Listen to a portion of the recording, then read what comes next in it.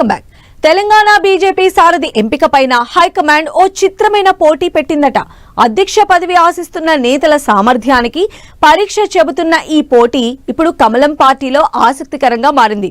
అధిష్టానం వద్ద మార్కులు కొట్టేయాలనే ప్లాన్తో నేతలు పోటాపోటీగా ఆ పరీక్షలో నెగ్గేందుకు ప్రయత్నిస్తున్నారంటున్నారు. కమలం పార్టీలో హాట్ టాపిక్ గా మారిన పోటీ ఏంటో ఇప్పుడు చూద్దాం.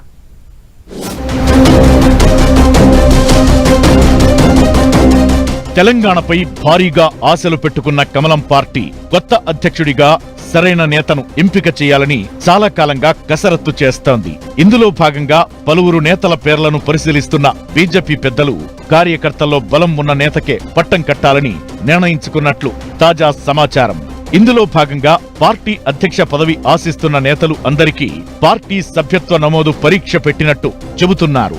గత కొన్ని సంవత్సరాలుగా తెలంగాణలో బలపడుతూ వస్తున్న బీజేపీ వచ్చే ఎన్నికల్లో గెలిచి ప్రభుత్వం ఏర్పాటు చేయాలంటే కార్యకర్తల బలం ఎక్కువగా ఉండాలని భావిస్తోంది.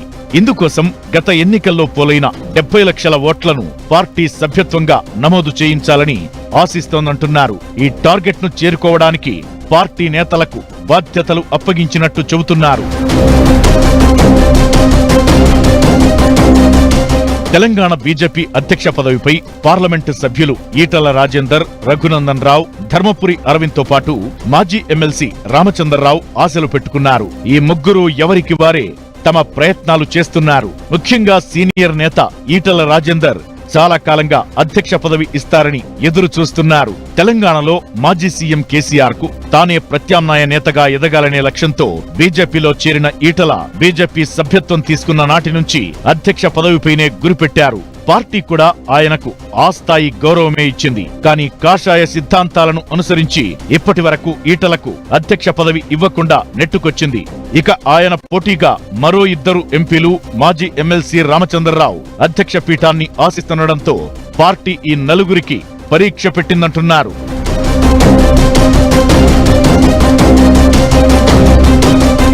రాష్ట్రంలో 70 లక్షల సభ్యత్వాలను చేరుకోవాలంటే ప్రతి బూత్ లో కనీసం 200 మంది కార్యకర్తలను సంపాదించాలని భావిస్తోంది కమలం పార్టీ. దీంతో పార్టీ అగ్రనేతలంతా రంగంలోకి దిగి పార్టీ సభ్యత్వ నమోదును ఓ యజ్ఞంలా చేస్తున్నారంటున్నారు.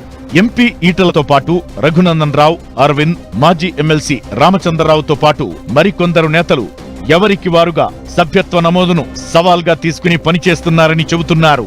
తమ నియోజకవర్గాలతో పాటు తమ అనుచరుల ద్వారా ఎక్కువ సభ్యత్వం చేయించి పార్టీ పెద్దల దృష్టిని ఆకర్షించే ప్రయత్నం చేస్తున్నారు. సభ్యత్వ నమోదు పూర్తయ్యాక పార్టీ జాతీయ అధ్యక్షుణ్ణి ఎన్నుకోవడం బీజేపీ ఆనవాయితీ. ఆ తరువాత రాష్ట్ర అధ్యక్షులను నియమిస్తారు. ఇప్పుడు కూడా ఎక్కువ సభ్యత్వాలను నమోదు చేయించి జాతీయ పార్టీ నేతలను ఆకట్టుకోవడమే లక్ష్యంగా రాష్ట్ర బీజేపీ నేతలు పావులు కదుపుతున్నారని చెబుతున్నారు. ఈ నెల 9న ప్రారంభమైన సభ్యత్వ నమోదు ప్రస్తుతం రాష్ట్ర వ్యాప్తంగా చురుగ్గా సాగుతోందంటున్నారు. అధిష్టానం ప్రత్యేక టార్గెట్లు పెట్టడంతో ఎవరు ఎక్కువ సభ్యత్వాలు నమోదు చేస్తారనేది ఆసక్తికరంగా మారింది.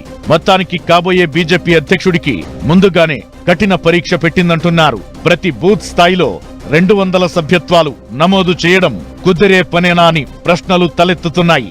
అయితే పార్టీకి 8 మంది ఎమ్మెల్యేలు, 8 మంది ఎంపీలు ఉండటంతో పాటు క్రమంగా బలోపేతమవుతున్నామనే భావనతో నేతలు దూసుకుపోతున్నారు. మొత్తానికి ఈ పరీక్షలో ఎవరు విజయం సాధిస్తారనేది ఆసక్తి రేపుతోంది.